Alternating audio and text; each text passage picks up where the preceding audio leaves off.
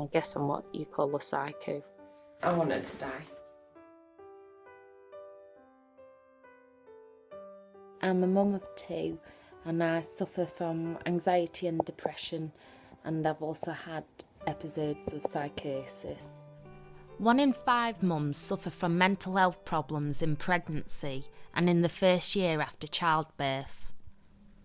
But fewer than 15% of areas have the necessary perinatal mental health provision, and more than 40% have no specialist services at all, which in my opinion is meaning many mums reach crisis point before they get help.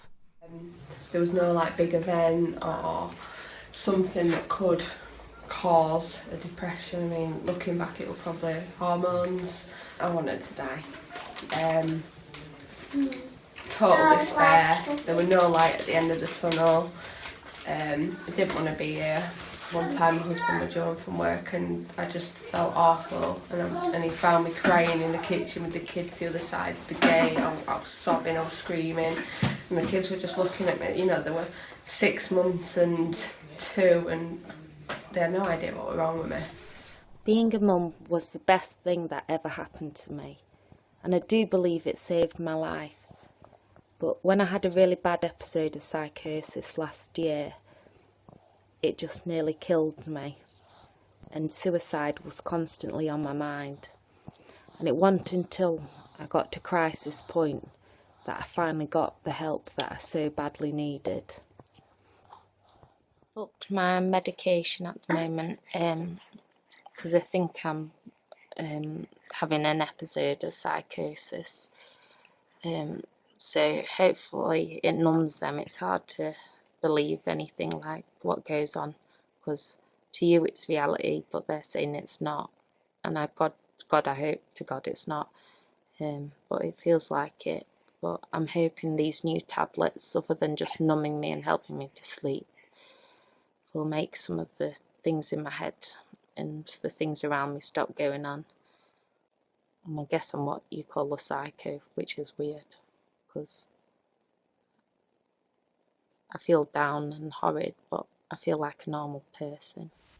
Sarah Cobham helps mums bond with the babies through baby massage and counselling.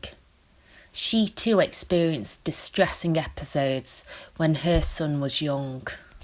Physical symptoms are quite easy to spot, so they might be shaking, they may be very withdrawn, they may be very quiet, and actually them leaving the house and getting to dream time is a massive achievement, because there's elements of depression there as well. Many mums just aren't getting the help they need, like me, because I am, and I was, scared of having my children taken away from me, or me being taken away from them. If there's a clear danger to a child, then it would have to be done. I think it should be the very last resort. I think they should be able to get in there before things get too bad and support the parents with the depression, with postnatal depression, and do everything in their power before it gets to that point where a child has to be taken away. I think more services, more specialist services should be available to new mums. But luckily, for me, Jodie, Martha and Sarah, we're still here and are all doing well. Sarah now runs her own business.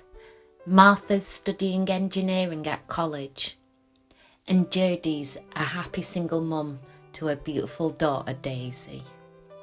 And I'm stable now and on good medication and enjoying time with my family.